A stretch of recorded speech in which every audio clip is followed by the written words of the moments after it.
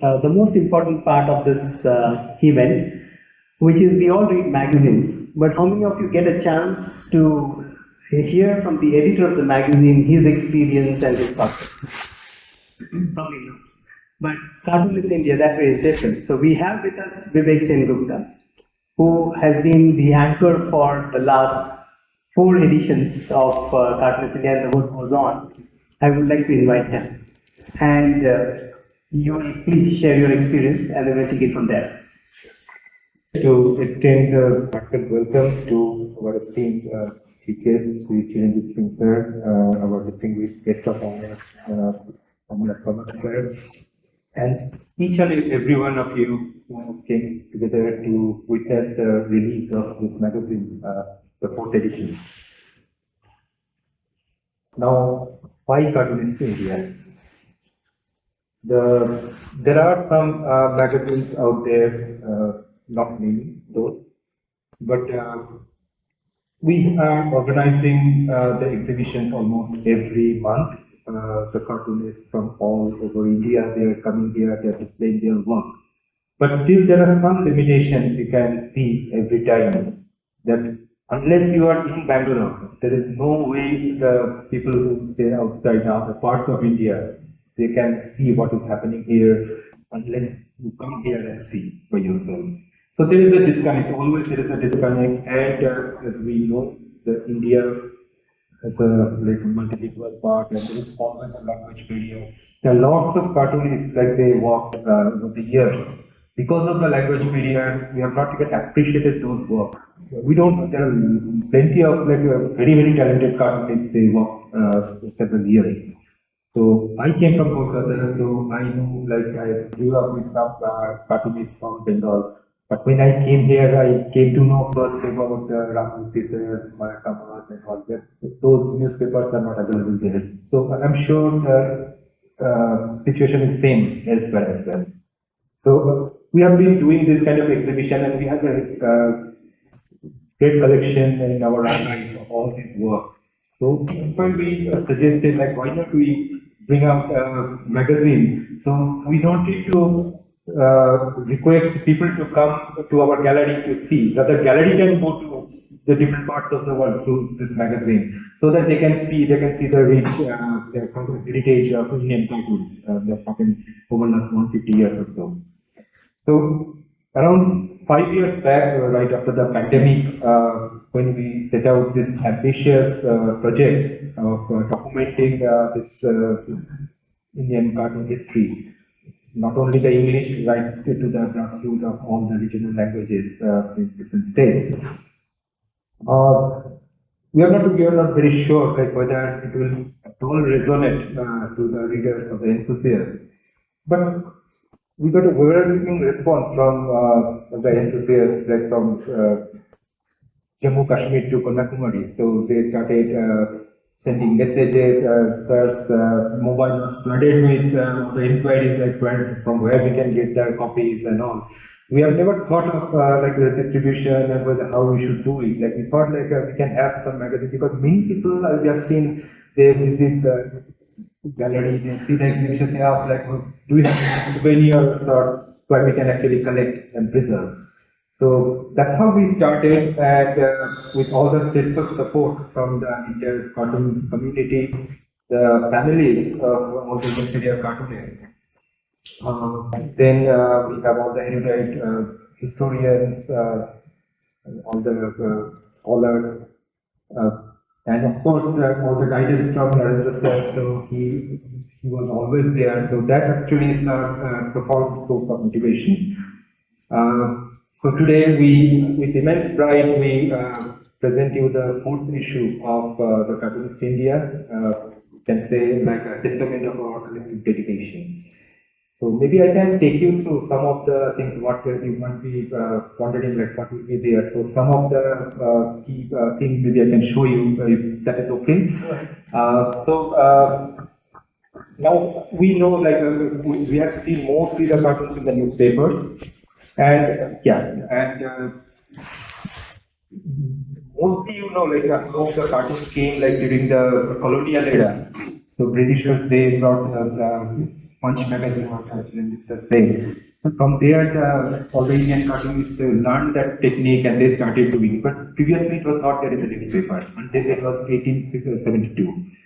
So that first 3 decades of last century, that was actually a formative years of Indian cartoons. So it was not in the newspaper, but it was like slowly coming up and there was no editorial cartoons. So we actually covered the first those 3 decades, like from 1900 till 1930s, how slowly cartoons evolved from the vernacular Punch magazine to the editorial cartoon that we see, what Shankar started. So that is the era that we covered, like Kabalendra Tagore from Kolkata. He was considered the pioneer of cartooning modern cartooning in India. How he started the trend and then his contemporaries giving it a proper shape of showing those satirical cartoons done by the Indian cartoons. So that was one of the topics that we started with. Then one. So we are proud that like now we started having some scholarly articles by the erudite academicians. So this time we have Dr. Devasan. She's the writer of Out of Line. So she actually interviewed many Indian cartoonists. So we requested like if you can write about O.V. Vijayan. We have not covered so far. So she did one, and Gokul Krishnan, another very erudite scholar, he covered G. Aravindan. You know, I'm sure many of you know, he was a very important filmmaker and cartoonist. He did one comics. It was almost like covered for 2 to 3 decades. We have one example here that you can also see. So we started with this kind of essays from this issue, and I'm sure that we covered some more there. And then we know that like Swachh Bharat campaign was one of the biggest sanitation movement in India, and not many are aware that this entire campaign was actually taken by the cartoons by the prominent cartoonist Sudhir. So we actually reached out to the ministry, actually started this campaign. The person who actually was in charge that time, who interacted with Sudhir, so he requested that is it possible if you can write something, so that we know that like a cartoon can be educational, cartoon can like make people think, cartoon can also generate awareness. So this is about the civic awareness, and he did lots of cartoons for 3 years. It published in form of the newspaper, ads, and then the diaries and the calendars. So for 3 years until he passed away. So they're kind enough to share some of those cartoons, and she wrote nicely about this, which we covered here. And then we, of course, like no cartoon issue is complete without Aunty Lakshman. So we have 2 such articles there. One written by Chiranjeev sir. So we have this behind the scene stories of how he conceptualized and carried out this Everly wrote that book. So the original book is no more available now. So it was actually published in 1977, I think, sir. That was the time when the book was published.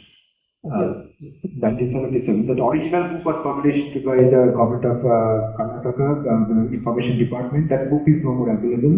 The current book, which you can see everywhere, that is from the Penguin, but it will only have R.K. Narayan's writing, but not Lakshman's. So it is another chance to see some of his pencil sketches with Chiranjeev sir's commentary. So we are always interested to know how like this project took place and all these anecdotes. So thank you so much, sir, again, that those who don't know, like he has done 2 books with R.K. Lakshman and with Maria Miranda. So we managed to convince him to write about both the books. The first issue, if any of you have, he has actually covered the Mario part, and in this issue he covered the R.K. Lakshman part. So thank you so much again, sir. And then Yes, Satyan. His photographs. Photographs, yeah. Actually, Shantan Sir's commentary. Yeah. And then it's very difficult to get. And another one is from Krishnan sir, the other R.K. Lakshman's article. So we covered the caricature part because our main theme is caricature this time. So he covered another unknown part of R.K. Lakshman. So we talk about R.K. Lakshman, we talk about Common Man, we talk about all his political cartoons, which he is famous for. But we don't talk much about his caricature. So he actually took some light there, and we can learn a lot from that article.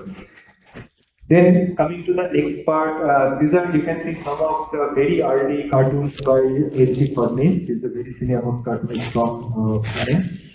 He turned 101 this year. So this time, last year when I came to Bangalore, I normally visit around December, so after releasing our previous issue, I went to Pune. I had an opportunity to interview him. So interviewing a 100-year-old cartoonist is it's like I had to do lots of preparation, and his mind was so sharp. So he discussed about the cartoon, the problems that the cartoonists are facing up to the age of artificial intelligence. And a few words I can still remember, and it is kind of a message for all of us.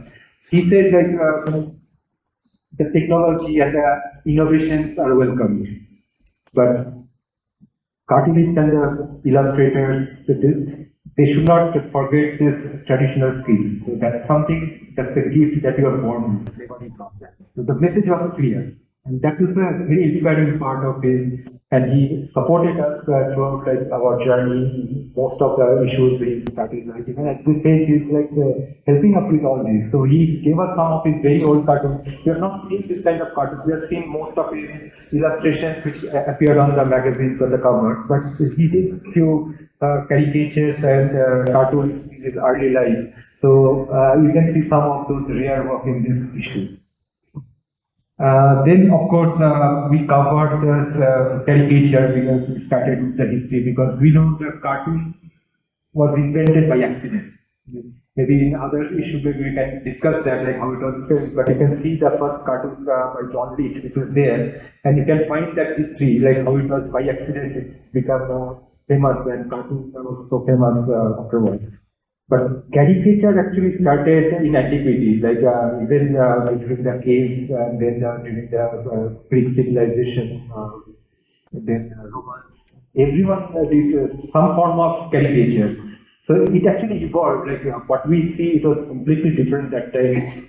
So it was done by the upper class of people, mocking the lower class. Now it is the other way around, like the cartoonists are doing it in anti-establishment, but it's also doing it for fun. But initially it was not there. So that gradual history, how it was done and how it was evolved over the years, we covered.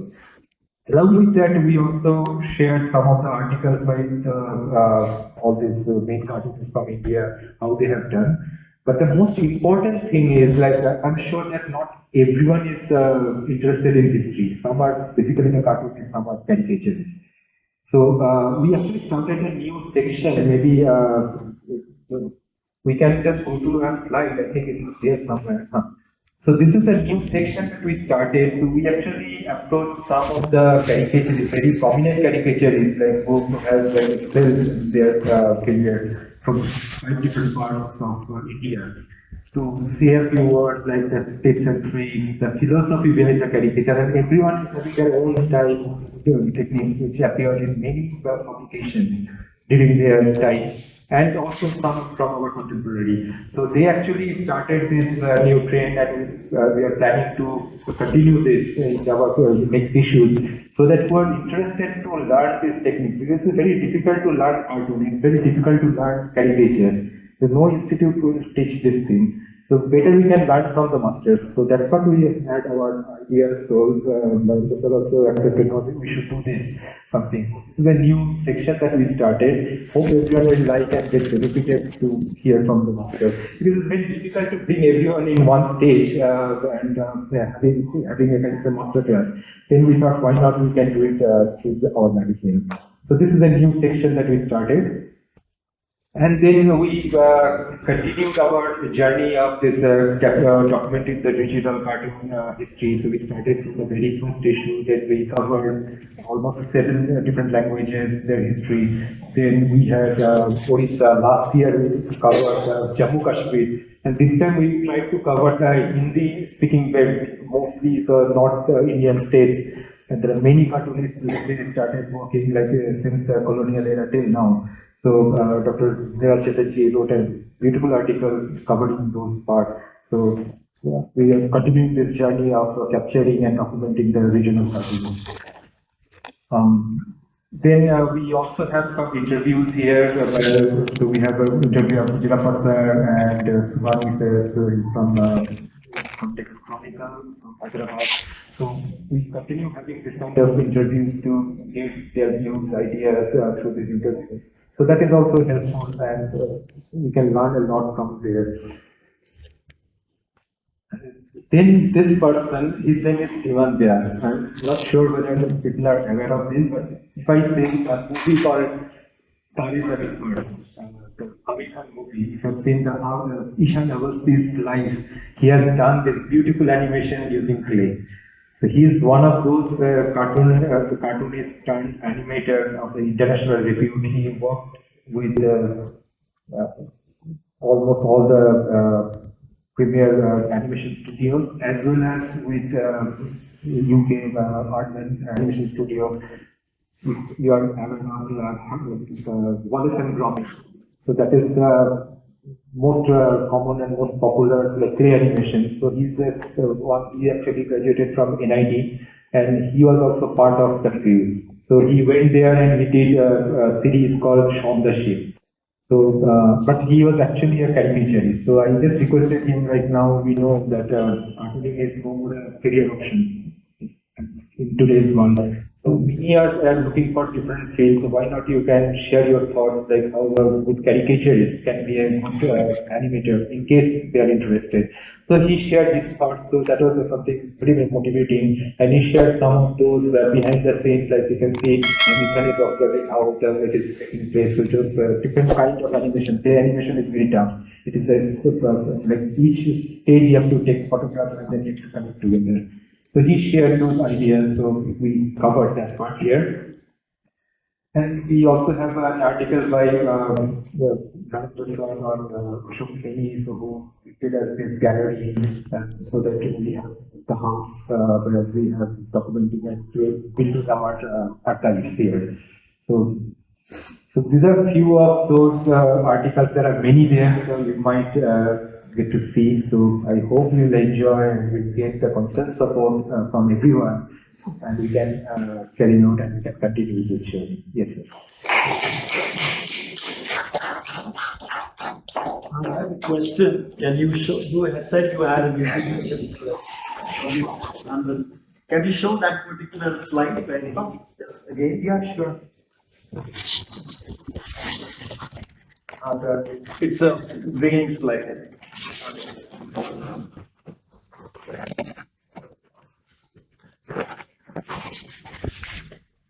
Yeah. This one.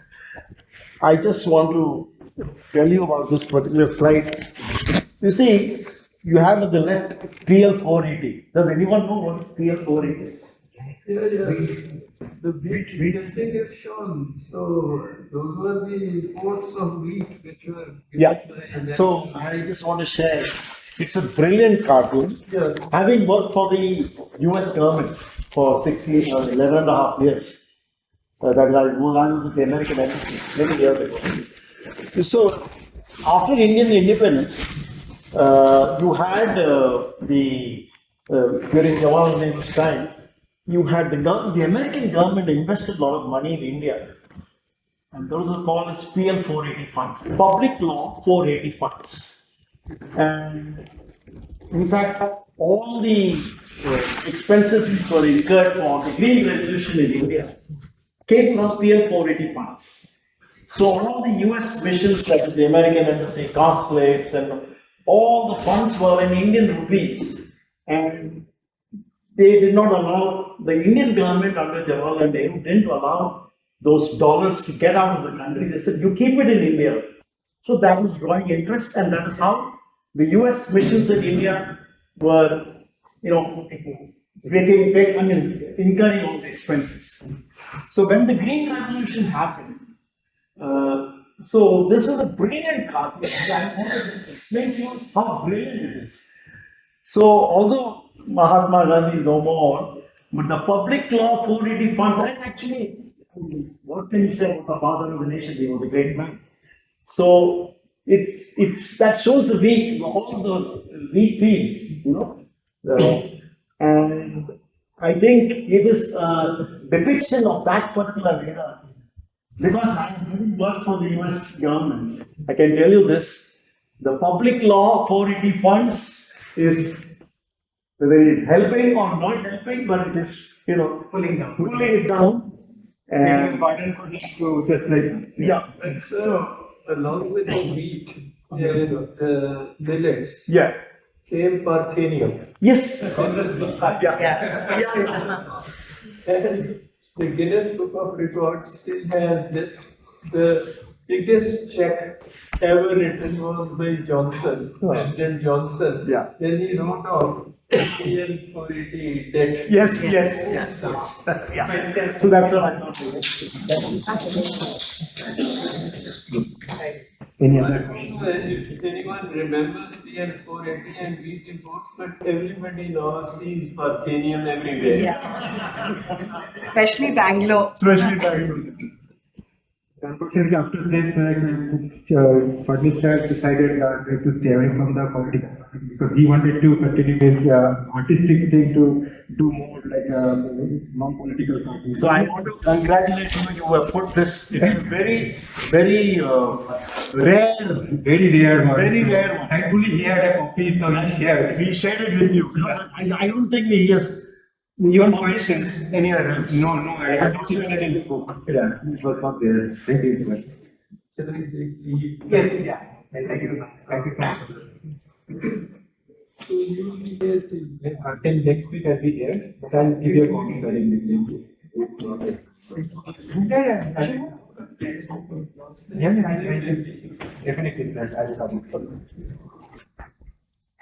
So, sir, we'd like to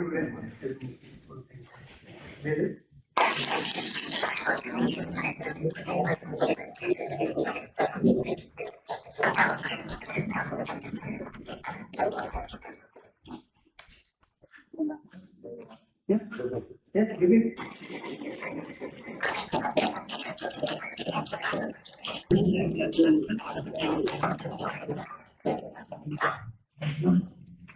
His life and work.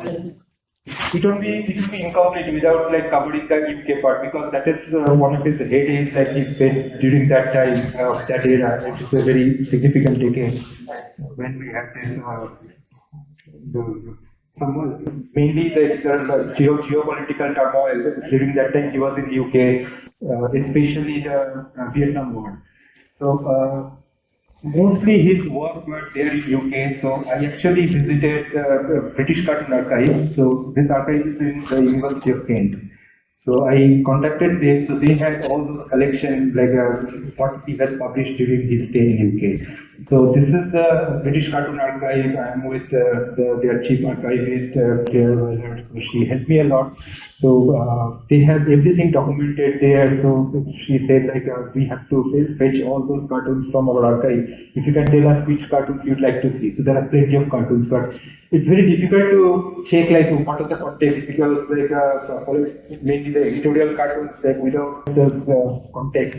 Many are like UK based context which we are not aware of. But we have found some like cartoons that are on India. So I have identified him. So she helped us a lot to get those cartoons with all those details, and she helped us like and to give us all the contact details like who I should contact to get those permission because all the cartoons are still like the property of the observer.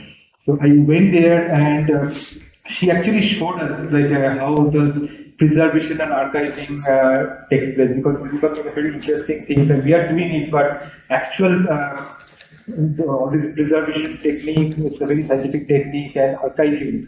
That's a huge work that they do. She just took me through the process. Maybe I can show you in some slides. Maybe you can just go to the next one. You just click next. So the,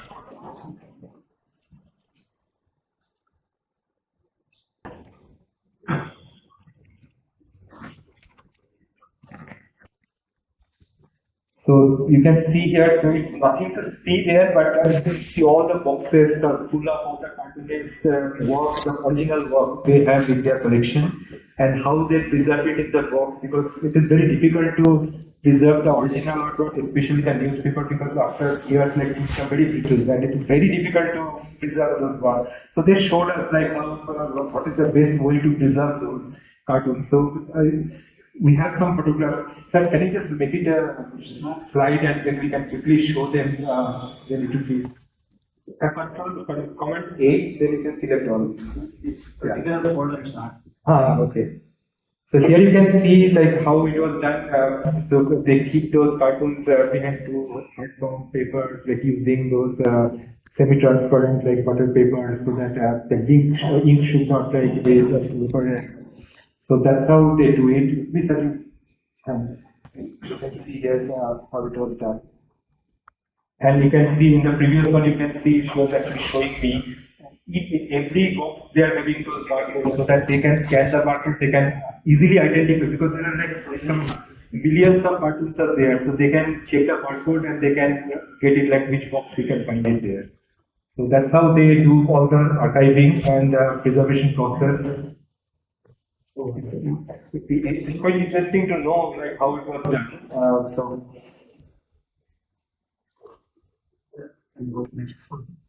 That's okay, no problem. So that's how like we actually collected all this. I think the moral of the story is like, it's a very famous cartoonist in India, but very few know that he worked in UK and a lot of his work are better preserved there than here. So that's, I think, and editor has time to really go there, dig it and then bring it out for us. So that's one of the efforts that has gone in the magazine and the content, enrich the content, right? So the other thing I want to ask you, Vivek, is this Azerbaijan thing. Azerbaijan, okay. Yeah, so we know that the cartoons and cartoonists have always had a challenge with the establishment, and there's one cartoon, old cartoon way back in 1800s, where the cartoonist drew the king and then he was imprisoned for 6 months. And Azerbaijan is more conservative than the countries like that. Tell us something about how did you get to that Nasruddin thing. Okay. So yeah, that was actually a very interesting story. So it happened like I was aware of like there is a cartoon connection with this country Azerbaijan, and I visited that time this Pahalgam took place, and they imposed some ban that we should not visit Azerbaijan and Turkey. And that was the time I was in Azerbaijan. I was actually like visiting some of the places, especially to trace the history of the cartoon.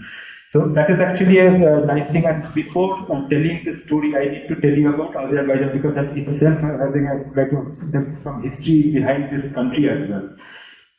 Previously, Azerbaijan is like a part of the Albanian dynasty they used to rule, followed by the several Persian empire. Until 19th century, Azerbaijan was like ruled by some part of Iran, like Azari Iran, so it was part of that. Only like it is 1918 when Azerbaijan became independent, it became Azerbaijan Democratic Republic only for 2 years. And 1920 it was again conquered by Russia, and it has become part of the USSR, the former Soviet Union. So it was there with the Soviet Union for so many years until 1991, when it was become like broken into pieces, and now again Azerbaijan become an independent country. So seeing this, they are part of various countries. They had those culture, like they had those Persian culture, they have the Russian culture, and they have the Azari language as well. So it was an interesting part, and obviously it was a Muslim-dominated country and quite backward, and they had lots of problems with their education system. So this person, his name is Jalil Muhammad Gulzadeh. So he was one of the very progressive reporters or the journalists that time. So he thought like there is a way we should actually expose this kind of hypocrisy, but it is not easy to do it in a Muslim country. And we know that Punch was there, but he actually started a cartoon or satirical magazine sitting there, and it ran for almost close to 30 years, and it was not an easy thing. So he actually gathered all those progressive people, including a very prominent poet named Sabir, some very talented local cartoonist. He actually started a magazine. He named it after the gesture Mullah Nasiruddin. We can easily understand like why Mullah Nasiruddin, because he actually used that character as a common man. He's observing things and exposing the things. So that's how we started that magazine. And currently, it was started in Tbilisi, that is then the capital of present-day Georgia. And because of the content, like he got lots of backlashes, and then like there were lots of restrictions imposed on them. He moved to Iran, and finally he settled in Baku, the capital of Azerbaijan, where he did the final year. And then, like when Russians started imposing their ideology, he decided to stop that in 1991. But during that era, the way like he published all the magazines every week, and how like punch it is there. So I visited, I knew that his house is still there. It is converted into a home museum, and that was his final editorial office, where we can still see some of those old issues. So I went there and I could see those cartoons and the magazine. I can show you in a couple of slides here.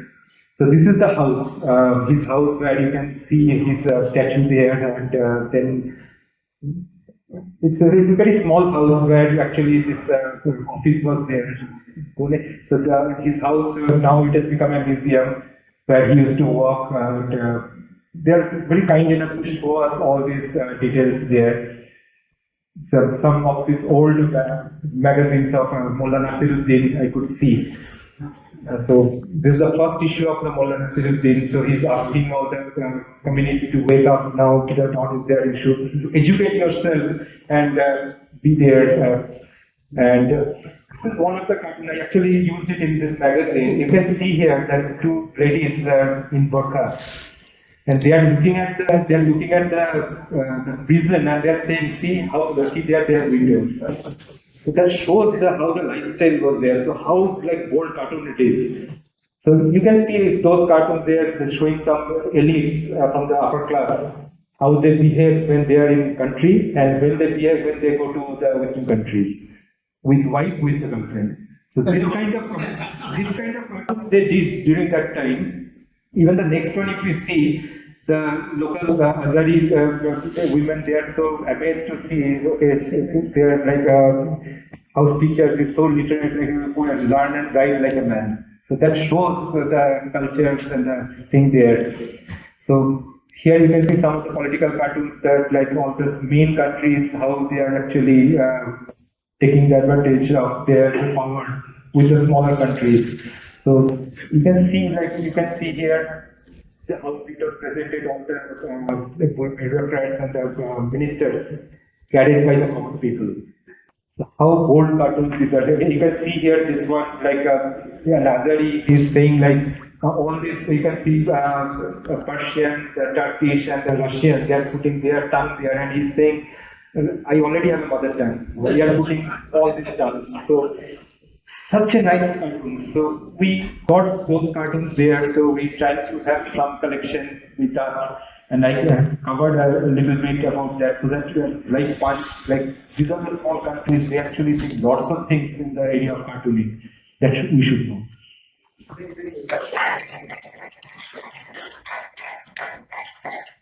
Last but not the least, I would like Bibek to tell something about pocket cartoons. Pocket cartoon, okay. Yeah, we know about the pocket cartoons. Anyone know like why it is called pocket cartoon? Everyone knows like the pocket cartoon, and most of us are doing pocket cartoons as well. But why pocket cartoon? Anyone? Like a small, long front page. Why pocket? It was called the box cartoon just because it is coming in a box. Yeah. So it was actually the man named Osborne Lancaster. He is a British cartoonist. he started this tradition of this small box cartoon, and that section is called pocket cartoon. He named it pocket cartoon, and then this tradition started, and he started using the word pocket cartoon. So this is his original pocket cartoon, which you can see here, the name. And after that, it became so popular that everyone started using the word pocket cartoon. So he started in UK, and slowly it actually started in other countries, including India. So which year is this launch? It was sometime in 40s, 50s, that time it started. But we had, even it was popularized in India by Archelakshan, obviously we know, you said it, but he's not the first one who started this. It was done by a person named Thomas Samuel. So he was also from the same newspaper, like prior to Archelakshan, he was there, and he started a small section called This is Delhi. In Times of India? In Times of India. So nobody knows that, but yeah, he was that. And incidentally, this year is his 100th, his centenary. So we just giving him a tribute, but I can show him some of those examples here. So This is Delhi was actually based on the Delhi's life, so they thought like why not we can show those day-to-day life misery through those small cartoons. And we showed some of those. We actually got some of those cartoons. Maybe I can show you if it is there. So he's Thomas Samuel. He started his cartooning with Shankar. When Shankar started Shankar's Weekly, very first couple of years he was there when he used to work alone in his house, and he was actually supporting him. So he started with a small strip called Kalu and Vidam, which was published in Shankar's Weekly. The next one, this is the one of the silent cartoons. Then when he joined the Times of India group, he started working on that pocket cartoon. It's called Babuji. Initially it was called This is Delhi.